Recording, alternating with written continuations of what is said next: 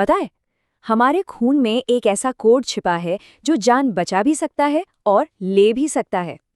आज हम इसी कोड को क्रैक करने वाले हैं।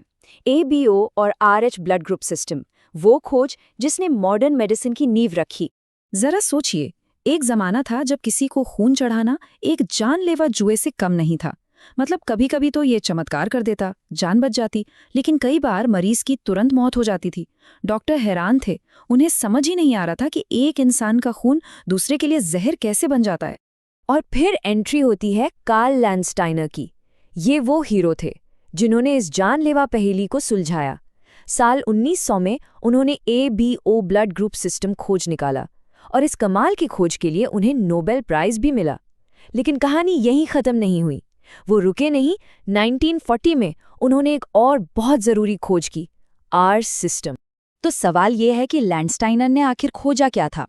उन्होंने पता लगाया एंटीजन के बारे में। अब ये एंटीजन क्या है? इसे ऐसे समझिए कि हर रेड ब्लड सेल के ऊपर ना एक तरह का ID बैज लगा होता है, और यही एंटीजन हमारे इम्यून सिस्टम को बताता है कि अरे ये सेल अपना है या कोई बाहर का। अच्छा, तो अगर एंटीजन ID बैज है तो फिर एंटीबॉडीज क्या हैं? ये हैं हमारे इम्यून सिस्टम के सिक्योरिटी गार्ड। ये हमारे खून में लगातार गश्त लगाते रहते हैं, और जैसे ही कोई बाहरी मतलब गलत ID वाला सेल दिखता है, ये उसे पहचानकर फौरन हमला बोल देते हैं। तो चलिए इस सिस्टम को समझते हैं।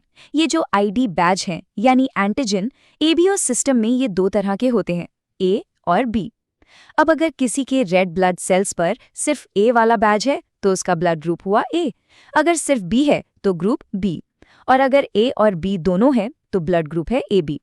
और सोचिए, अगर कोई भी बैज नहीं है तो तब ब्लड ग्रुप होता है O। अब यहीं पर बात बहुत दिलचस्प हो जाती है।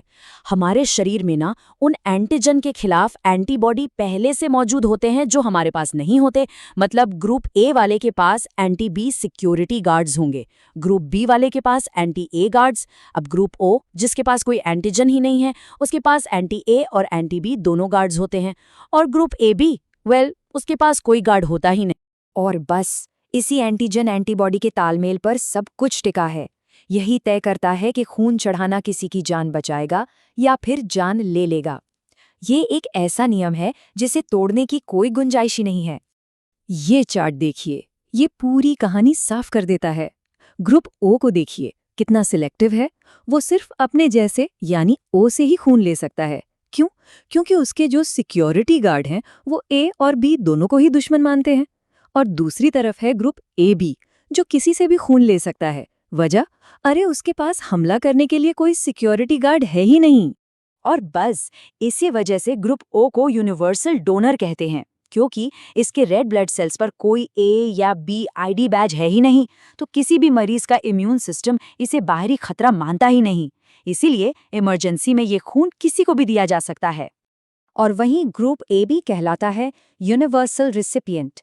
ऐसा इसलिए क्योंकि इसके प्लाज्मा में किसी भी ब्लड ग्रुप के खिलाफ कोई सिक्योरिटी गार्ड यानी एंटीबॉडी होते ही नहीं। तो ये A, B, AB या O किसी भी ग्रुप का खून सेफली ले सकता है। तो ऐसा लगा कि ABO की पहेली तो सुलझ गई। लेकिन एक मिनट, अगर ऐसा था तो फिर भी कुछ ट्रांसफ्यूजन के बाद खतरनाक रिएक्शंस क्यों हो रहे थे?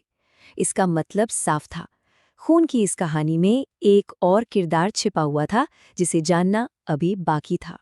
और वो छिपा हुआ किरदार था RH फैक्टर। और इसका पता कैसे चला? लैंडस्टाइनर और उनके एक साथी अलेक्जेंडर वीनर रीसस बंदरों के खून की जांच कर रहे थे। जी हां, आपने सही सुना, रीसस मंकी, और इसीलिए इसका नाम पड़ा RH। RH सिस्टम को समझना ना बहुत आसान है। ये बस एक प्लस या माइनस की तरह है। अगर किसी के रेड ब्लड सेल्स पर D एंटीजन नाम का एक पावरफुल मार्कर है तो वो इंसान RH पॉजिटिव है, और अगर ये D एंटीजन नहीं है तो वो RH नेगेटिव है। सिंपल। लेकिन यहीं पर कहानी में आता है एक बहुत बड़ा ट्विस्ट। देखिए, ABO एंटीबॉडी के उलट RH एंटीबॉडी हमारे शरीर में पहले से नहीं होते। ये एक तरह के अलार्म की तरह हैं, जो तभी बजते हैं जब कोई RH नेगेटिव इंसान पहली बार RH पॉजिटिव खून के कांटेक्ट में आता है। और ये छोटा सा फर्क एक बहुत बड़ी और जानलेवा समस्या की जड़ था। और इसी फर्क को समझने से एक बहुत बड़ी मेडिकल त्राजेडी सुलझ पाई। इसका नाम है haemolytic disease of the newborn या HDN। ये वो भयानक सिचुएशन है जिसमें एक माँ का इम्यून सिस्टम अपने ही अजन्मे बच्चे पर जानलेवा हमला कर देता है। ये होता कैसे है, ये समझना बहुत जरूरी है। ये एक दुखद चेन रिएक्शन जैसा है। सोचिए, एक माँ है जो RH नेगेटिव है और उसके गर्भ में RH पॉजिटिव बच्चा है।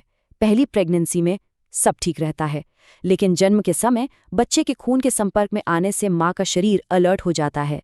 वो उस RH पॉजिटिव फैक्टर के खिलाफ हथियार यानी एंटीबॉडी बना लेता है। अब असली खतरा शुरू होता है अगली प्रेगनेंसी में। अगर दूसरा बच्चा भी RH पॉजिटिव है तो माँ के शरीर में बने ये हथियार प्लेसेंटा को पार करके बच्चे की रेड ब्लड सेल्स पर हमला कर देते हैं और इसके नतीजे बहुत ही गंभीर हो सकते हैं। खुशी की बात यह है कि आज हमारे पास इसका एक क्रांतिकारी समाधान है।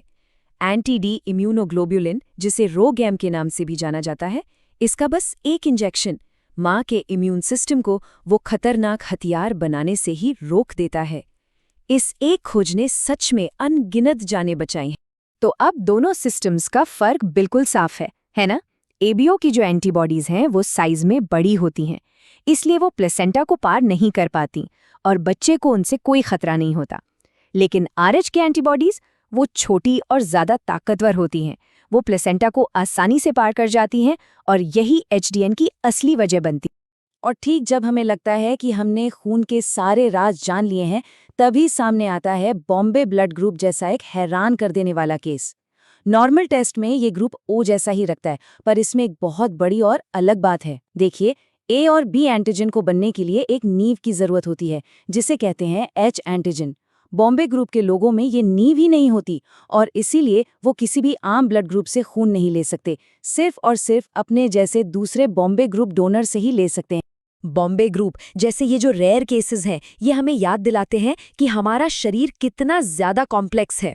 लेकिन एक बात बिल्कुल साफ है, ABO और RH सिस्टम की समझ ने ही आज की सेफ सर्जरी, ब्लड ट्रांसफ्यूजन और ऑर्गन ट्रांसप्लांट को मुमकिन बनाया है।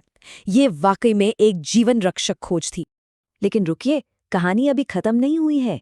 हम सब ABO और RH के बारे में तो जानते हैं, लेकिन क्या किसी को अंदाजा है कि वैज्ञानिकों ने अब तक 40 से भी ज्यादा अलग अलग ब्लड ग्रुप सिस्टम खोज निकाले हैं और हर एक की अपनी एक खास पहचान है।